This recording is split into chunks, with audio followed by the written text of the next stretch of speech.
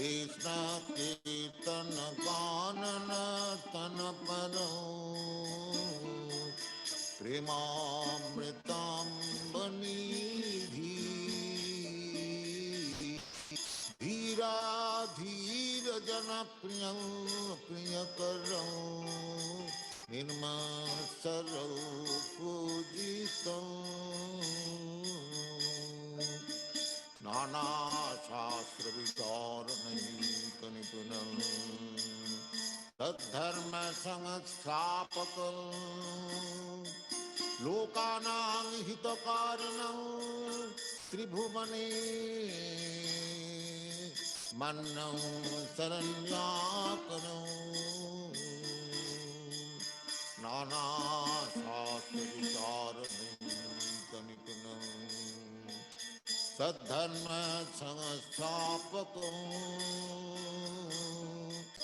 Lokanam Hitakarinam Tribhumane Mannam Saranakaram Radha Krishna Padaravinda Bhajananandina Matvalikam Vande Rupa Sanatana Raghujugam Śrī Jīva Gopalakam Krishna Kirtana Ganana Tanaparam Premamritam Banidhi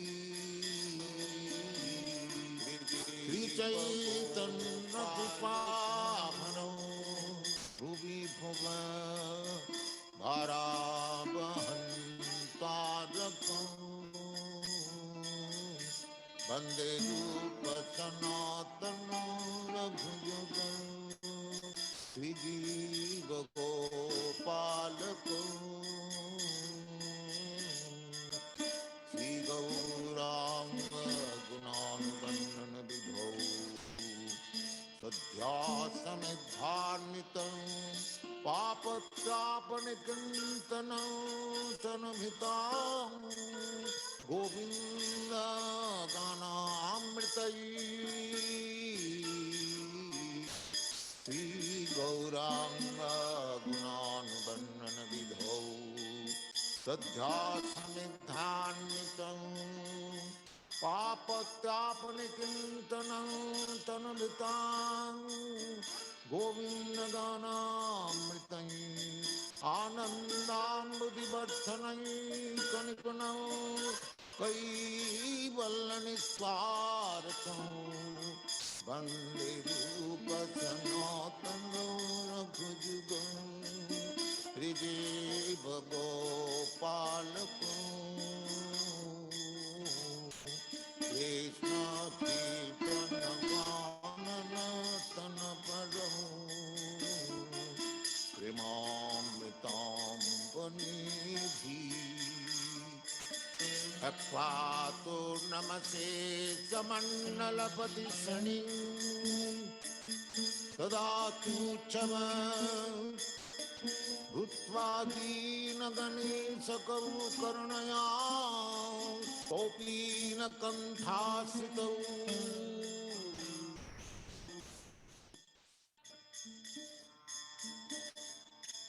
Krishna Kirtana Ganana Tanaparam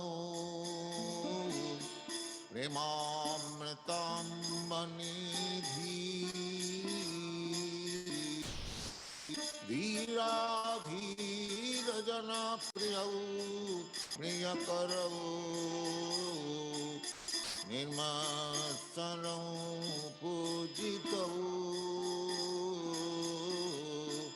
Śrī Caitanya Kripābharam Bhuvi Bhuva Bharāvahantārakam Vande Rupa Sanatana Raghujagam Śrī Jīva Gopalakam. Pronouns. I just want to make sure that you allow Mother Govinda Dasita to record the meeting. and me as the interpreter. I really appreciated Michael.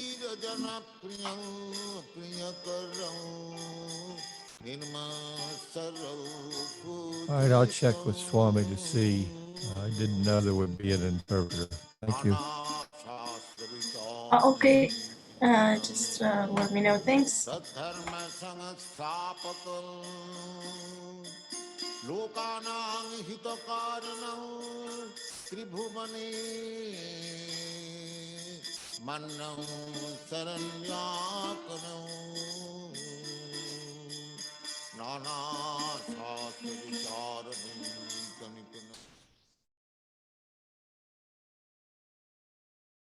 Kumajnana-timirandasya Jnananjana-salakaya Chakshurunmilitam yena Tasmai Shri Gurave Namaha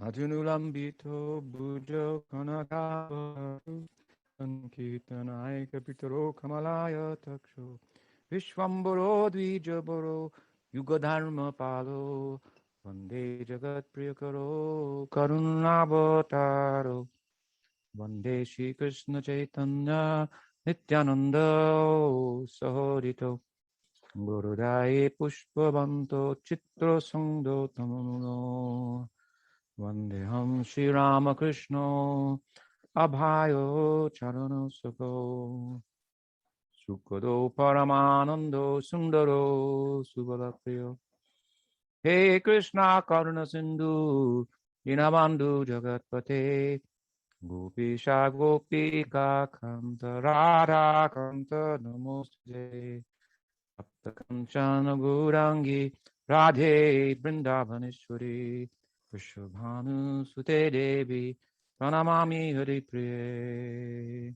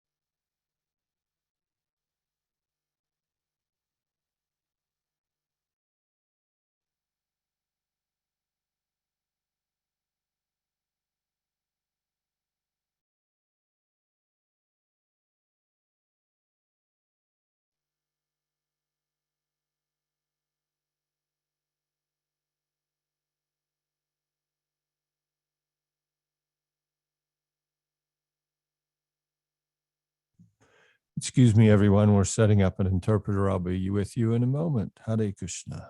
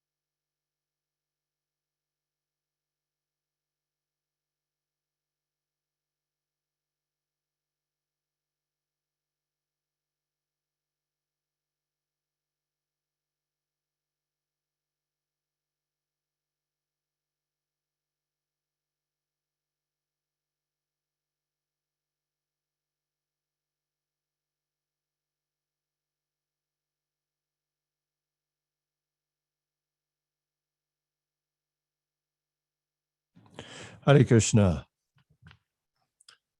Shri Gaudiya Vaishnava Guru Parampara ki jai. Śrī Jīva Goswami ki jai. Shri Sat Sandarbhas ki jai. Ananta Kota Vaishnavinda ki jai. Glorious devotees, thank you so much. I'm going to put the slideshow back on. I was trying to set up for interpretation, but Swami Padmanabha and I were having some problem with that. So we will just continue to our class.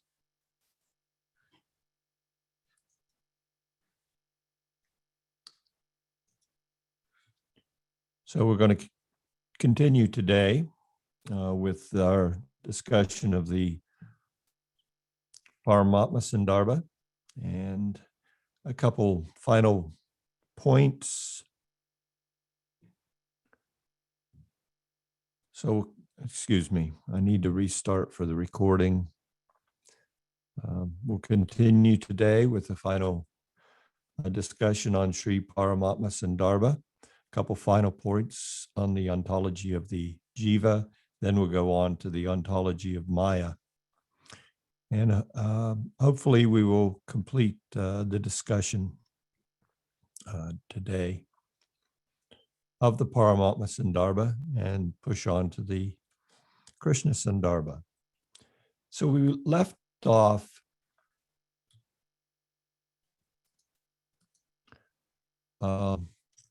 in our last discussion, speaking of the specific characteristics that Śrī Jīva Muni put in his listing of intrinsic characteristics of the Jiva, which were not listed in the Padma Purana intrinsic characteristics or taṭastha-lakṣaṇa of the Jiva. Those three specific characteristics that brought Jiva Goswami to choose Jīva Muni's presentation were the fact that the Jiva is endowed with knowership, he is endowed with agency, and he is endowed with experiential capacity. So some Anuchetas bring this out. The 35th Anucheta, Jiva writes there, moreover, by the very same statement, it is further shown that the capacity to know, jnatritva, also belongs even to the pure Atma by virtue of its being a knower of the presentational field. And this cognitive capacity, being a natural attribute of the eternal self, is also eternal and thus does not undergo modifications. So again, just to remind ourselves, Jiva here is presenting the intrinsic characteristics of the Jiva. These are, as we discussed last time, maybe another way to look at it is the intrinsic characteristics of the Atma.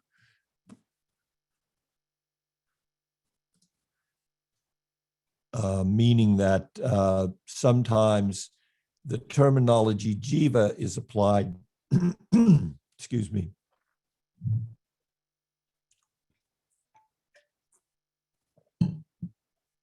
when we speak of the Atma, the pure essence of our being, being influenced by the Lord's external potency, sometimes it's referred to as the Jiva when it's under that influence, and sometimes referred to as Atma when that essence of ourselves is not under that influence. Just different terminologies that are applied to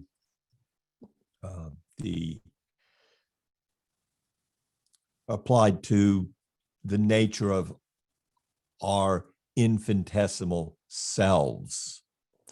So here, these three things, thinking, feeling, and willing, you could say, are these characteristics that Jiva Goswami wanted to highlight from Jamatri Muni's presentation of the Jiva. So here he's written that this capacity to know is there independent of the Jiva being influenced by the Lord's external potency. So we go on to the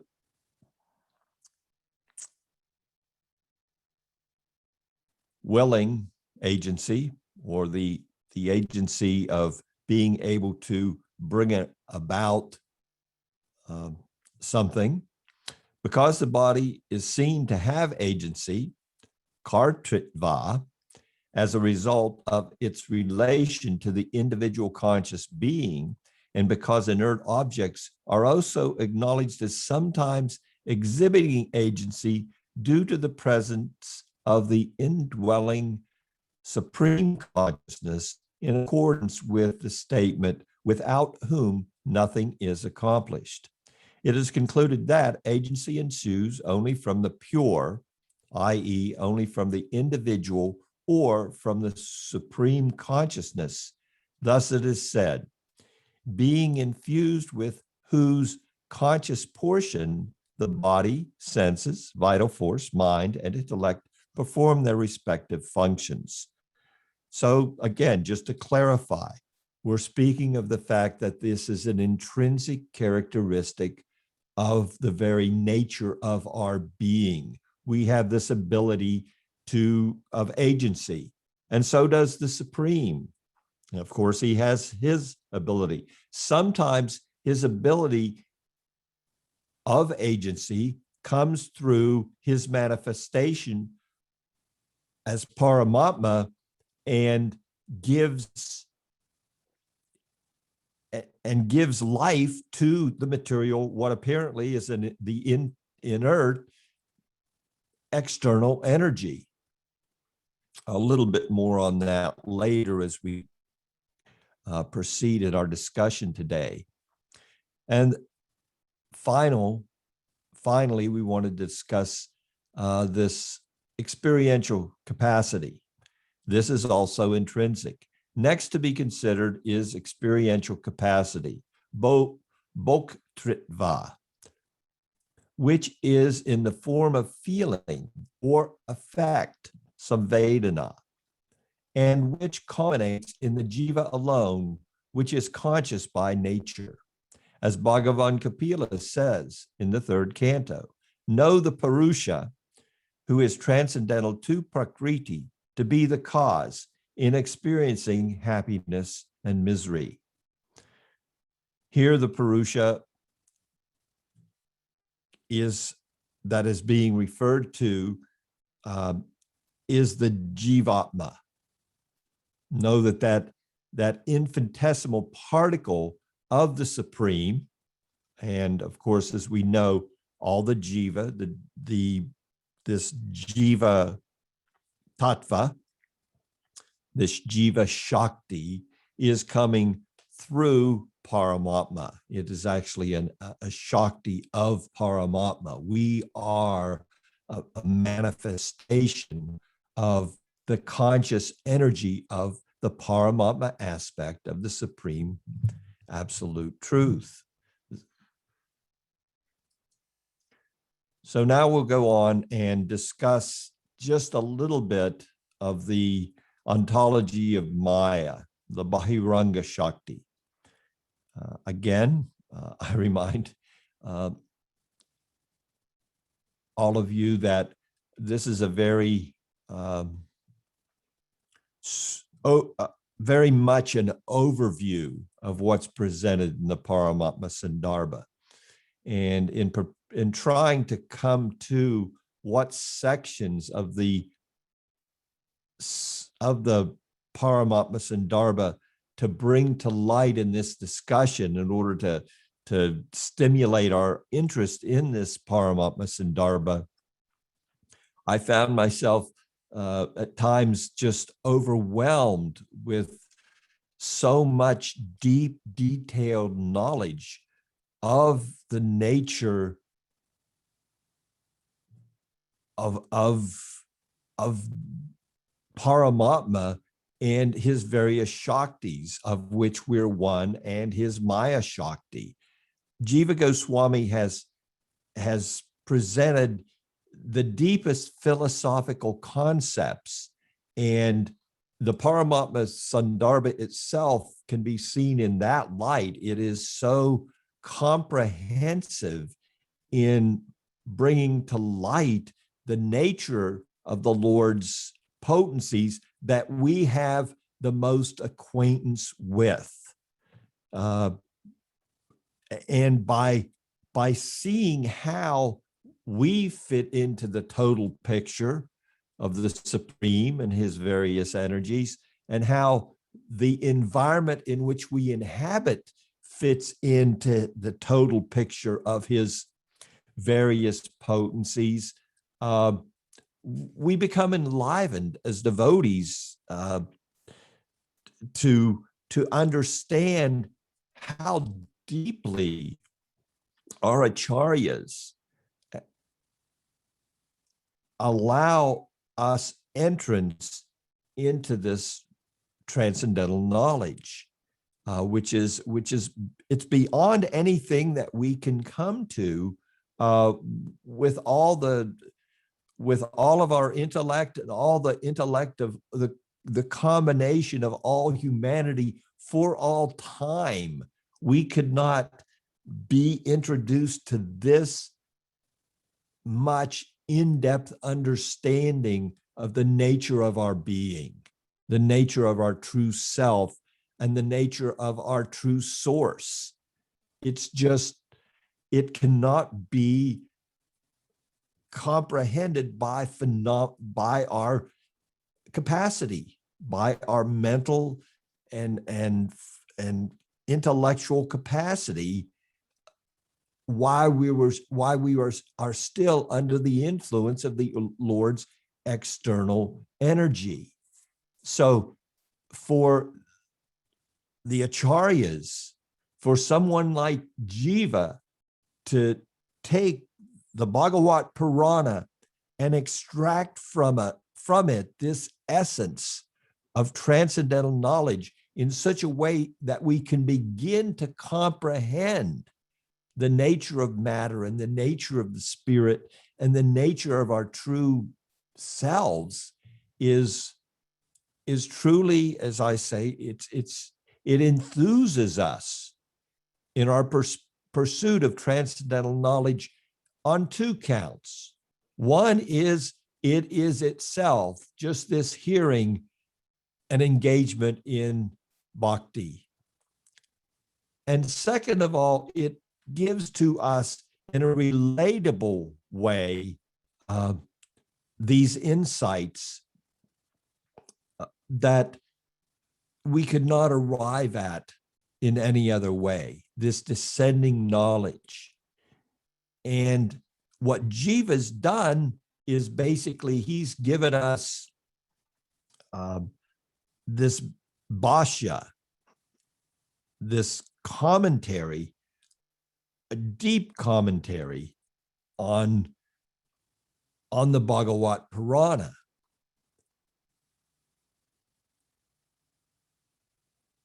And the Bhagavat Purana, as he's already made clear, is the topmost presentation of spirituality available for us, even superseding the Prasthana Triad that all the other Vaishnava Sampradayas were utilizing up to the time of Sri Chaitanya Mahaprabhu's advent. The Bhagavat Purana was there, but it still took the advent of Sri Chaitanya Mahaprabhu and his direction to the Goswamis to bring out this essence. And in doing so, we have the Sandarbhas of Jiva, wherein Jiva makes clear the Bhagavat Purana. This is the topmost evidence regarding spirituality. And then Jiva presents the Sandarbhas and pulls out from that topmost essence of spiritual reality insights, the deepest of insights into the nature of being. And the Paramātmā Sandarbha is so significant in that regard because it acquaints us with the nature of our being that we are most familiar with, our own mind-body complex and the environment that we ourselves inhabit, the material energy. So speaking of the material energy, let's go on. The ontology of māyā, bahiraṅga-śakti, the instrumental, nimitta, and constituent, upadan aspects of māyā, the 48th Anuccheda. Jiva says there, in this way, the intermediary taṭastha potency of Paramātmā has been described, the taṭastha-śakti, ourselves, jivatma, in its pure sense, atma. Now we shall discuss the potency known as extrinsic, bahiraṅga. This potency, called māyā, which is operative in the matter of cosmic creation, maintenance, and dissolution, was referred to earlier in terms of its incidental characteristics, taṭastha-lakṣaṇa. It is known as tri-varṇā or tricolored, signifying that which is constituted of the three guṇas. And then Jiva quotes from the Bhagavad-Gītā, this divine māyā of mind consisting of the guṇas is very difficult to cross. So Jiva is saying, we've already given an overview that Paramātmā has these three characteristics and these two primary shaktis in relationship to the cosmos, the taṭastha-śakti, the jivas, which are conscious, and the māyā-śakti, or the bahiraṅga-śakti. I've already discussed that in brief, the three modes at the beginning of the work. Now we're going to go on and go into a little more detail. He continues, in this Anuccheda, and at this point, I'm drawing from the commentary because, as we've discussed before, these Anucchedas are extremely complex, and therefore I just want to bring out the essence to give you some vision of what Jiva has accomplished here. So it's written in the commentary, Paramātmā presides over both the taṭastha and bahiraṅga-śaktis.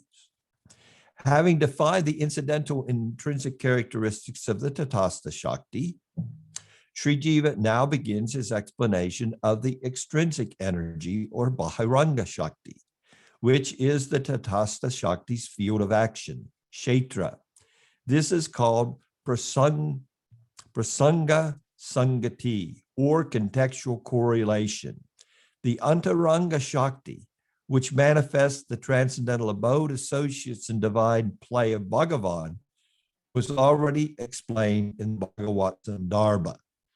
So the Bhagavat Sandarbha, we were introduced to that personalized aspect of the supreme personality of Godhead, and we were told about his domain, his transcendental internal abode, associates, and his specific characteristics.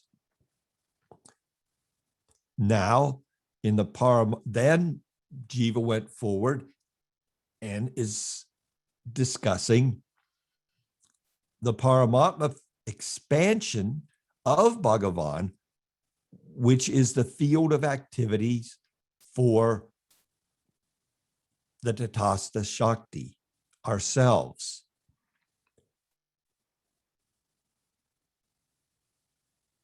And this terminology, prasaṅga-saṅgati, points to what we just discussed, that we can understand this and relate to this as it relates to ourselves and our own experiences. We are aware of ourselves. We know we exist. We are aware of the fact that we have consciousness. We do think, we do feel, we do will. And then all those other intrinsic characteristics may seem a little foreign to us, that we are eternal, that, we have so many other intrinsic characteristics as a jiva, but these we can directly relate to: thinking, feeling, willing. Now, the others we may need to be schooled in. Never was there a time that we did not exist. Never will there be a time that we don't exist. That and so many other intrinsic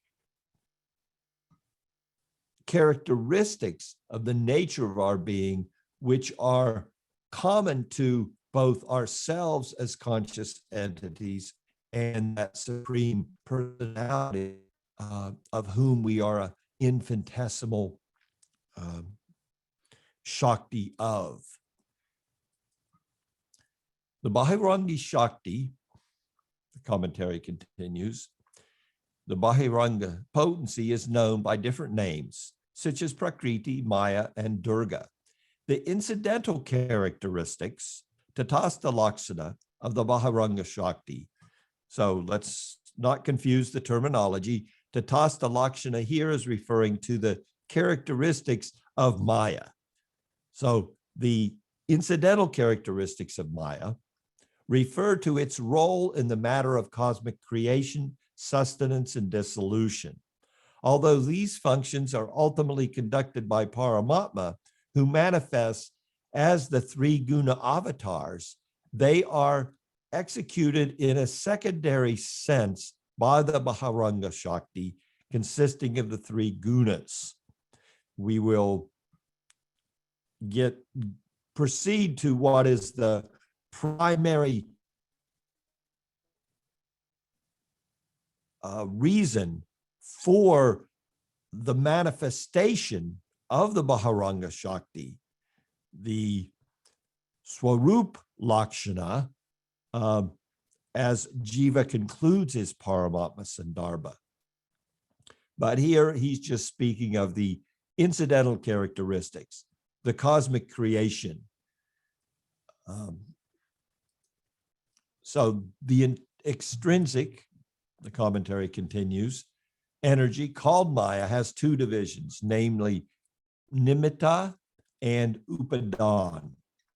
The three gunas are nimitta, or instrumental cause, and pradhan, which transforms as matter, is upadana, or the constituent cause. To explain this, Śrī Jīva refers to Bhagavan Sri Krishna's instructions on Sankhya philosophy to Uddhava. So two aspects of Māyā. Māyā has both a constituent, a component aspect, matter, so to speak, in both its subtle and its gross forms, and it has a causal aspect. So we'll go on to understand these two aspects from the explanations given here. Sankhya posits that Prakriti undergoes various stages of modification under the influence of Paramatma's time energy. The material world undergoes cycles of creation and dissolution, day and night. During the creation, jivas perform actions and suffer or enjoy the outcome of their meritorious and unmeritorious deeds. At the time of dissolution, the evolutes of Prakriti merge back into their respective causes and ultimately back into Prakriti, which remains in an inactive state. So now we're getting some hint that there is matter, and matter undergoes transformations. There is a stage of creation, a stage of maintenance, and a stage of dissolution. all this is happening under another influence of the material energy. And here it's pointed out to be the time energy. So that's the nimitta. And the upadan is pradhan, and then pradhan goes into mahat. Mahat expands further under the influence of the modes of material nature, which are also causal themselves. And therefore you have the evolutes of matter: earth, water, fire, air, ether, and the subtle evolutes: mind, intelligence, and false ego. We'll continue in the commentary. During this period, the jivas have no, now we're talking about the dissolution period, when there is no material manifestation of those evolutes of pradhan. During this period, the jivas have no physical bodies, and their residual karma, called destiny or daiva, remains with them. This daiva is instrumental in bringing forth corresponding new bodies in the next cycle of creation. Just to imagine the under what's happening, I like to say, under the hood of material nature, when the supreme Paramātmā wraps up all of the material universes, and all the material elements are again dissolved into his being, into the great Brahman. The jivas also are there. They maintain their individuality, and all of their residual karma, as it's pointed out here, or what's gonna come our way based on our prior activities, that's not forgotten. It's not that in the next creation cycle, all the jivas start out equally with no background. No, our background is there because our conditioning under the influence of the Lord's external energy is anadi. It's beginningless.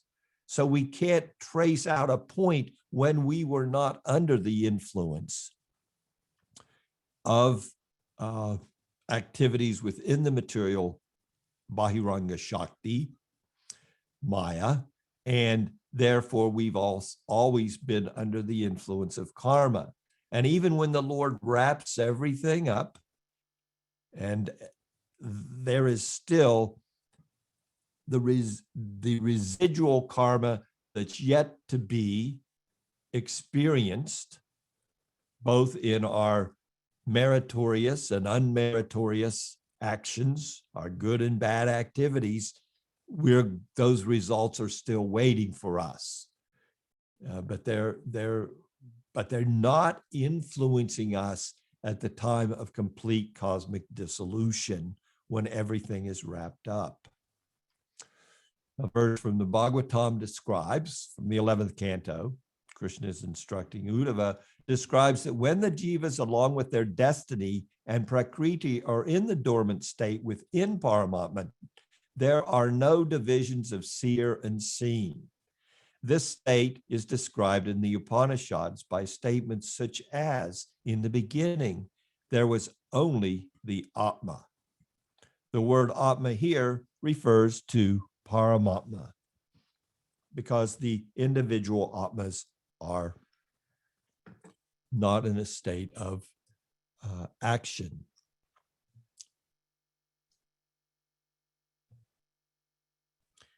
Continuing and now going to the 3rd canto from the Bhagavatam, prior to the world appearance, there was only the all-pervading complete person Bhagavan, the self of all selves, cited in the present as well as in the previous Anucheta, refers to the period of cosmic dissolution prior to the world's appearance. Because Prakriti and the Purusha are all merged in Paramātmā at that time, it is said that he alone exists. His aloneness, kaivalya, is only in reference to the material creation. which is non-manifest at the time.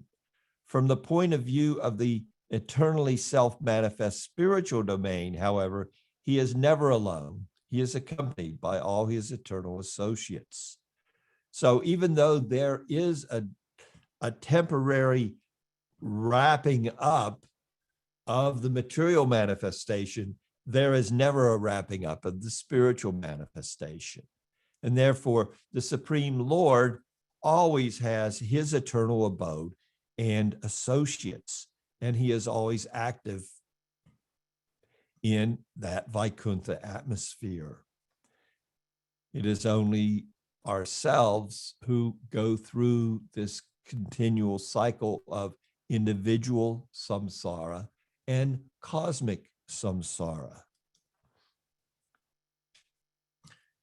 Next, we'll read a little something from Anucheta 53. Jiva writes there, and here again, this is a long Anucheta, and we've just taken out a portion, and we've gone to this portion just to highlight these distinctions of the constituent, the material, saying material in respect to elemental, the elemental or upadan, what are the elements of material nature, and the causal elements of material nature or māyā. So quoting Jara, fever personified, speaks to Bhagavan about the distinction between the two parts of māyā in the form of upadan, elemental, and nimitta, by describing their different functions. Time, destiny, karma, the jiva, innate disposition, subtle matter, the presentational field, the vital force, the empirical self, atma, the modification of prakriti, the body, the continuous flow in the form of seed and sprout, all these constitute your māyā. I take shelter in you, the prohibitor of māyā. Now, Jiva Goswami will look to the commentary of Sridhar Swami, and he says in his Anucheta, Swami comments, again, we cannot overemphasize the significance that Jiva Goswami gives to the Bhagavat commentary of Sridhar Swami, of Yore.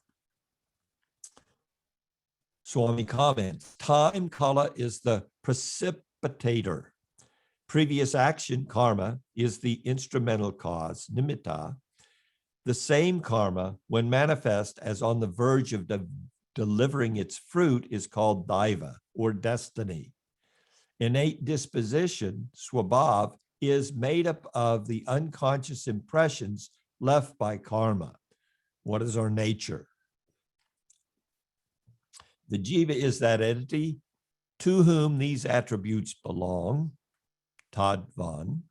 Matter, dravya, means the subtle or causal elements. The presentational field, kṣetra, is material nature as a whole, prakriti. The vital force, prana, means sutra, or the first modification of prakriti predominated by rajas. The empiric self, atma, here means ego or I consciousness, ahankar. Here ends Sridhar's comment.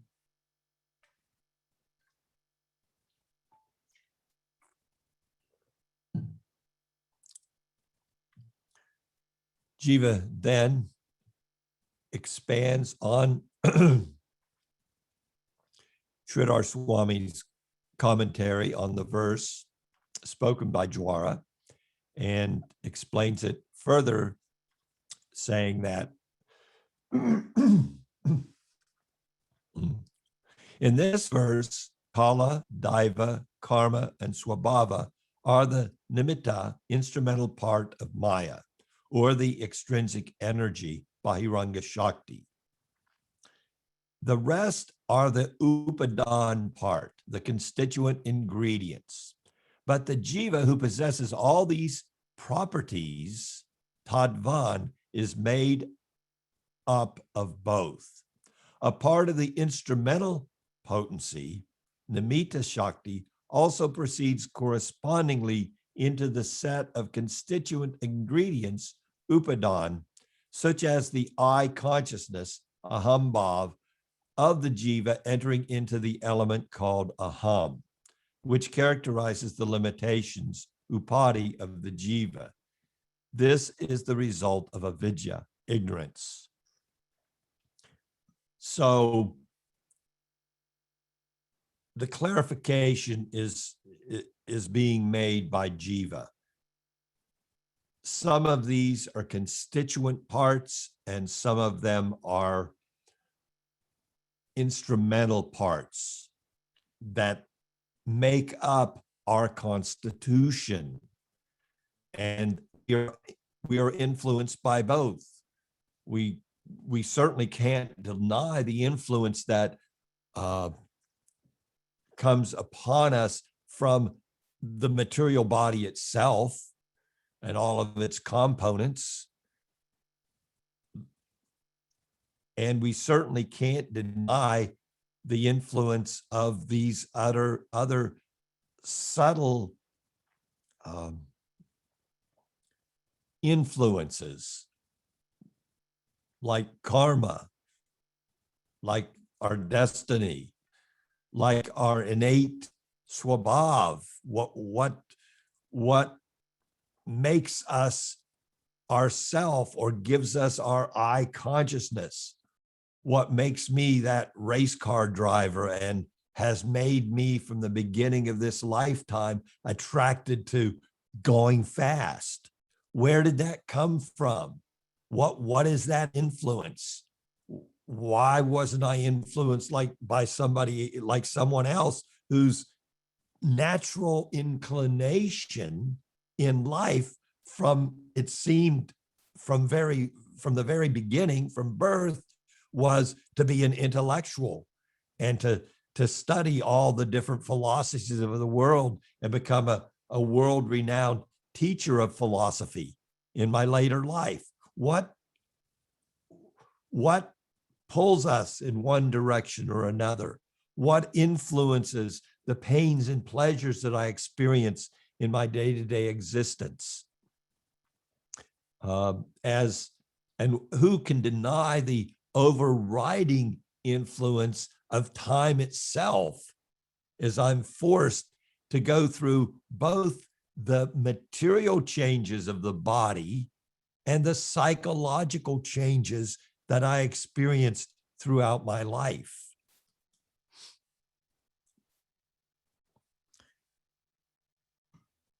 Just to expand a little bit more on these influences and how these influences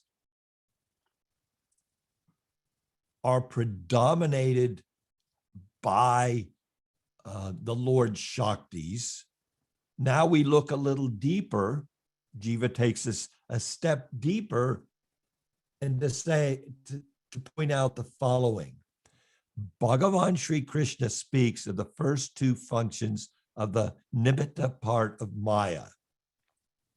O Uddhava, know that knowledge, vidya, and ignorance, avidya, are my two forms, energies created by my Māyā, which are beginningless and cause the bondage and release of the embodied beings.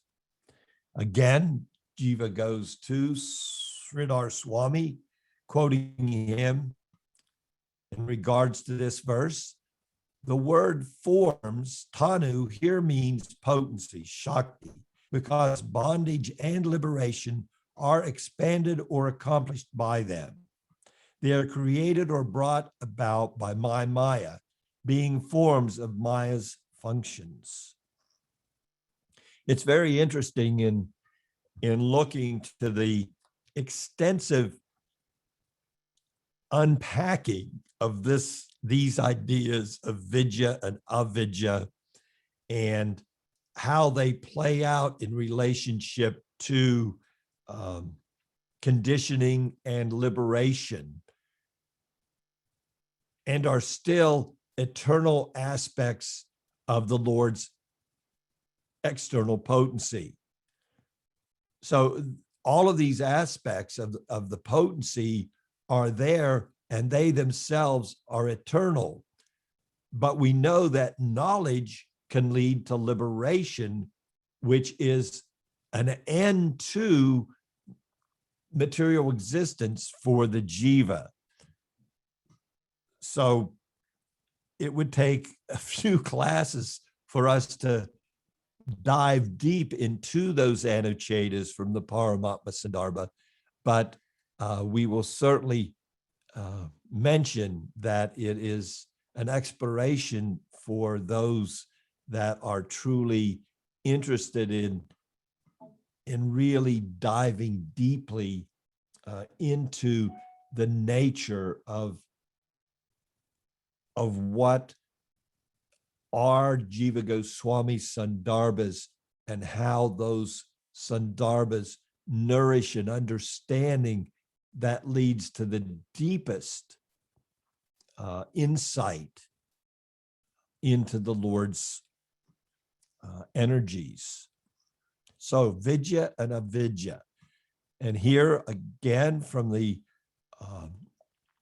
this section of the Paramātmā Sandarbha, these two potencies, vidya and avidya, are that knowledge and ignorance related to māyā. There are actually two knowledge aspects, and one knowledge aspect, of course, is knowledge in relationship with the external energy, extrinsic potency. We certainly have knowledge of that. And we certainly have knowledge of the self in relation to that. But there is also a knowledge potency, which is of the Swarup Shakti of the Lord, which can grant liberation. And that's descending knowledge. So it's important that we develop the fine discrimination to distinguish between the two. And Jiva helps us greatly in that regard. A little bit more from the Anucheta, Jiva writes, a doubt is raised. If bondage and liberation are the effects of māyā, then surely they cannot be beginningless and endless, respectively. To this, the verse replies with the word ajay, meaning beginningless. Therefore, for as long as I inspire ignorance, there is bondage. And when I bestow knowledge, then liberation becomes manifest. Here ends Sridhar's comments. Here, beginning forms of Māyā's functions means that knowledge and ignorance are factually states of Māyā, Māyā vritti. By saying that they are created, vinirmiti, what is meant is simply that they are manifested by Māyā, which has unlimited other functions because they have no beginning. In the same way, this word sporati becomes manifest in Swami's commentary, is to be applied only to liberation, because the jiva is liberated by its very own inherent nature. And it is due to ignorance alone that there is an appearance of bondage. When knowledge arises, the liberated state is simply brought to light. So the intended sense is that liberation is the jiva's permanent state. So again, now we look more, what is this Māyā's influence on the jiva? The jiva, in fact, itself is pure. The jiva is always liberated, but it becomes influenced by the Lord's external potency. But its very essence is to not be influenced, just as the Lord is not influenced, but we are infinitesimal, and therefore we do come under that influence due to false identification. We identify with Maya in a false way, but that isn't the reality of our existence. The Anuच्छeda continues, here it should be understood that the aspect of Maya known as vidya is only a gateway to the illumination stemming from the wisdom faculty that is a specific feature of the Swarup Shakti, or the intrinsic potency of Bhagavan. By itself, however, the vidya potency of Maya is incapable of bestowing liberation, even, unfortunately, for the Jivan Mukta. Up to the stage of Jivan Mukta, unless there is a pinch of bhakti, there is no possibility of conquering over material nature simply by knowledge alone. So the yogi and the jnani can go so far, but really the knowledge potency from the Swarup Shakti is the culminating factor of the perfection of their ideal. So it's only when they are so influenced by the Swarup Shakti that they can reach perfection. They must have some influence of the Swarup Shakti, and we know that influence that makes them successful is Bhakti herself. Bhakti, the Bhakti Shakti of the Swarup Shakti makes that perfection possible.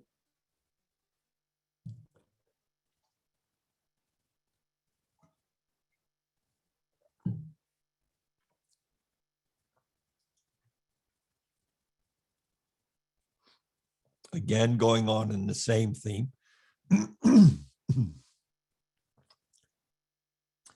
That aspect of Maya known as avidya in turn has two functions. So let's talk a little bit more about ignorance. Jiva says, the potency of concealment and the potency of projection. The first is situated in the Jiva alone, covering his inherent consciousness. The other continually causes attachment in the Jiva by inciting cognitions that are other than the reality. So the potency to cover us over and the potency of us wanting to be covered over and projecting ourselves through false identity into the material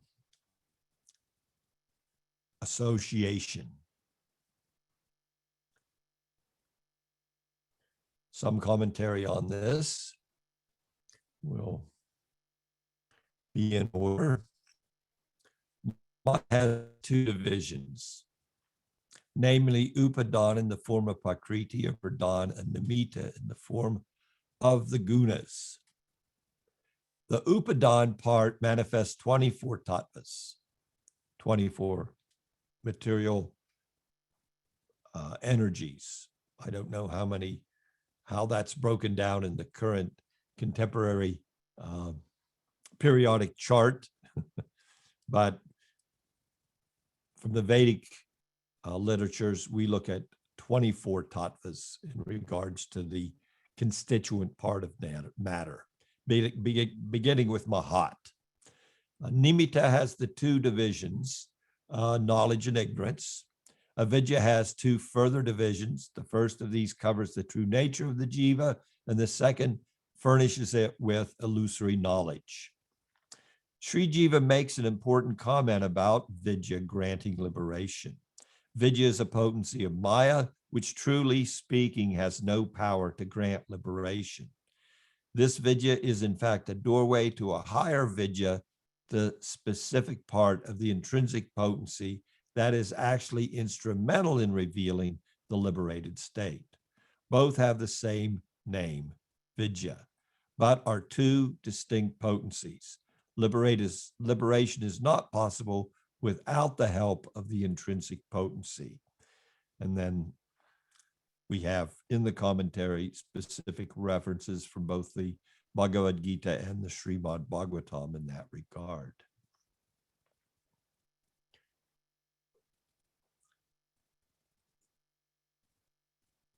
We will continue now into another division of the Paramātmā Sandarbha.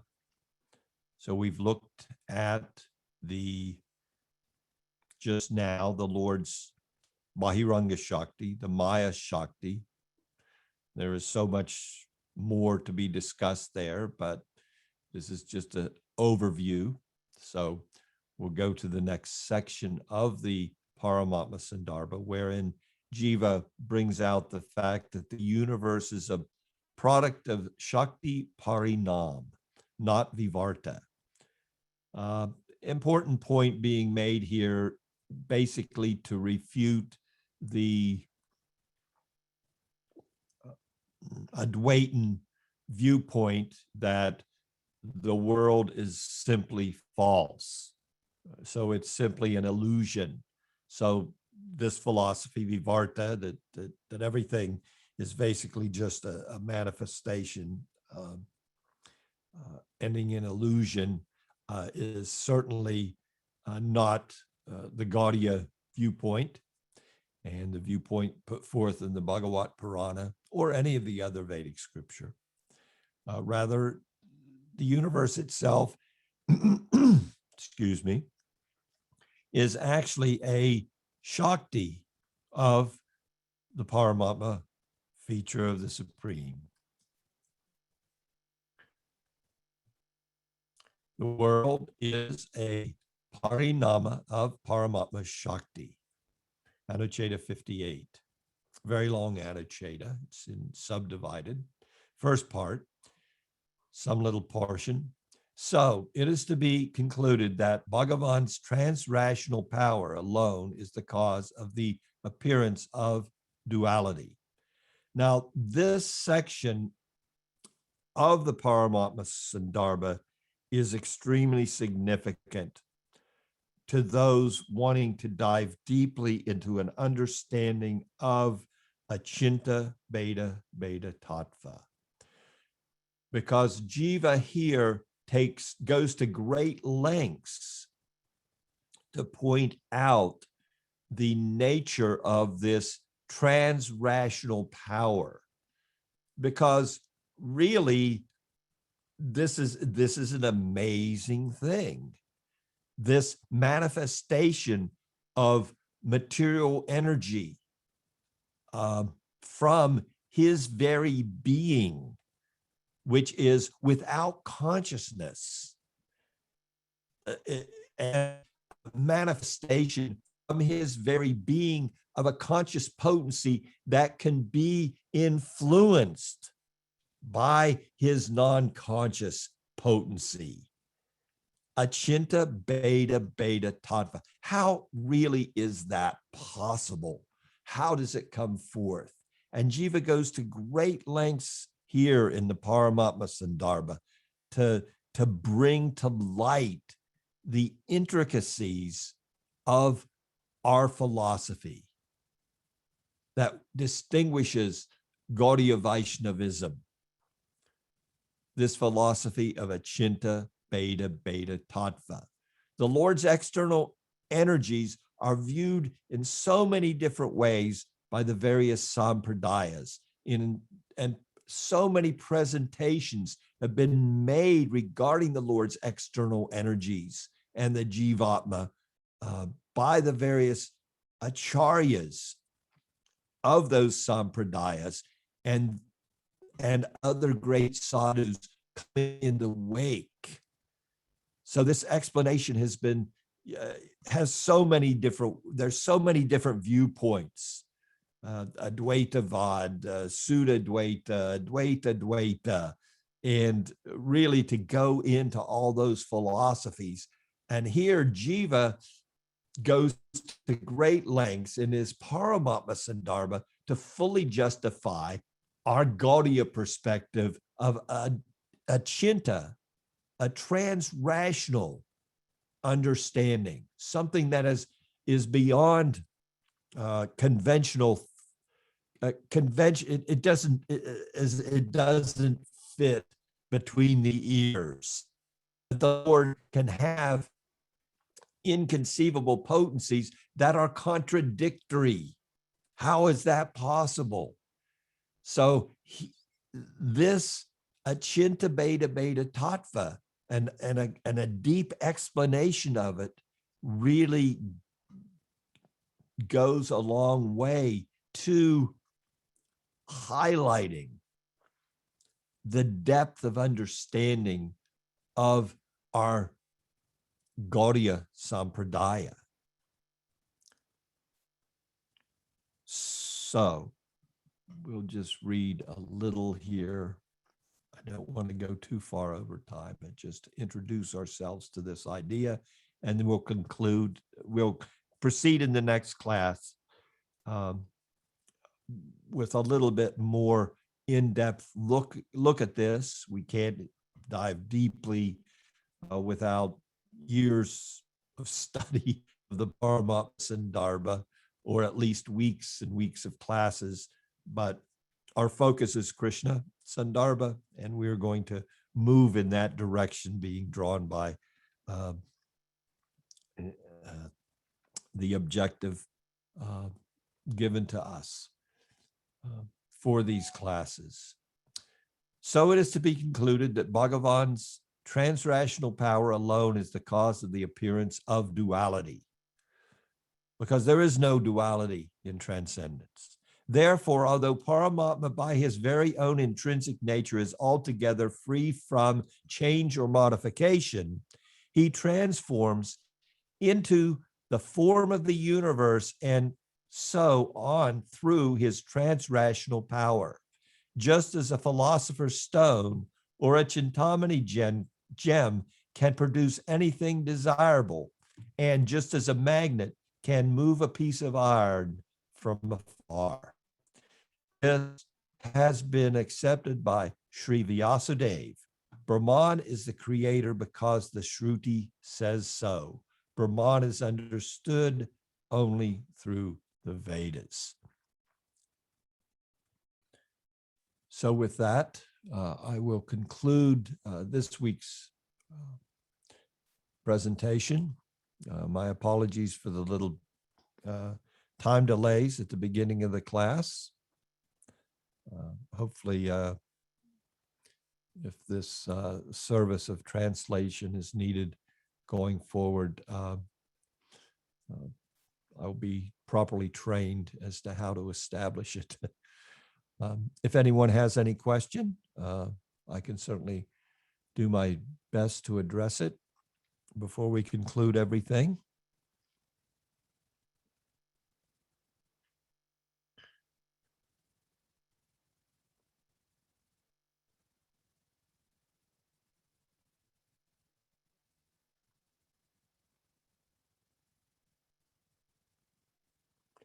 And if no one is coming forth with a question, I will humbly and respectfully thank you for your kind association.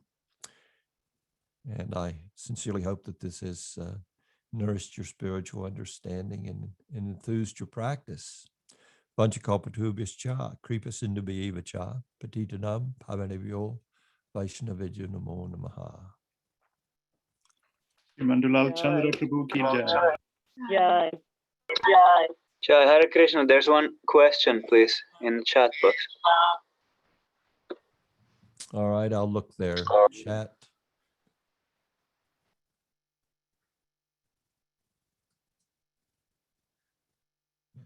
Chat. I don't see the chat. Acha.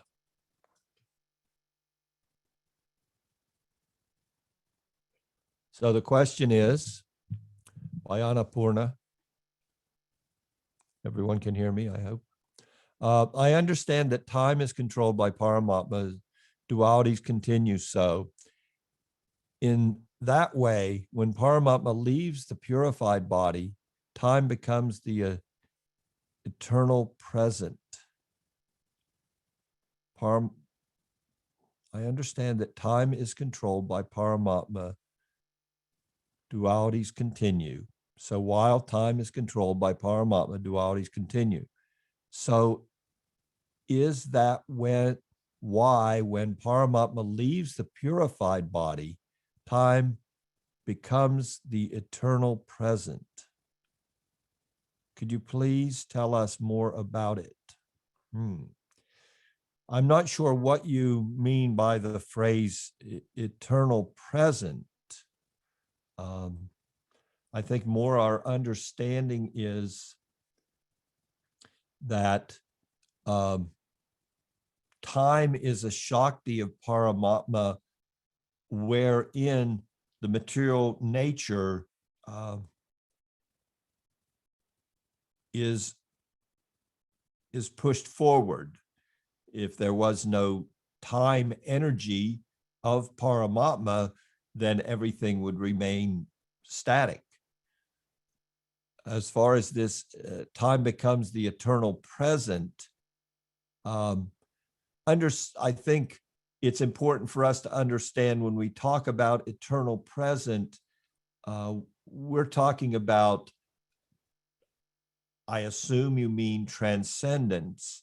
And in transcendence, everything is eternally present, but there's also an influence of energy there that gives rise to Leela. So in Leela, there is also the appearance of past, present, and future, and it's experienced within the context of the Leela. And there are also aspects of transcendence where one is simply fully immersed in what Swami Tripurari sometimes says as a snapshot or an eternal vision of that. So I don't know if that answers your questions, but it's two different influences. One is under the influence of yoga maya, and it's simply to facilitate the loving exchanges between Krishna and his devotees and enhance those reciprocations through the Lord's Leela. And the other is the influence which pushes forth the material manifestation in creation, in maintenance, and in dissolution. I hope that helps in some way. Anything else?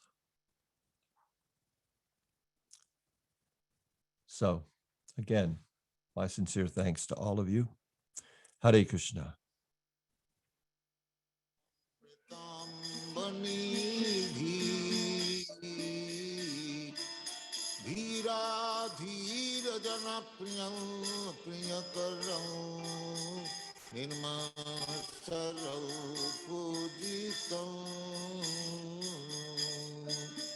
Nana Shastra Vicharanai Kanipuna Sadharma Samastha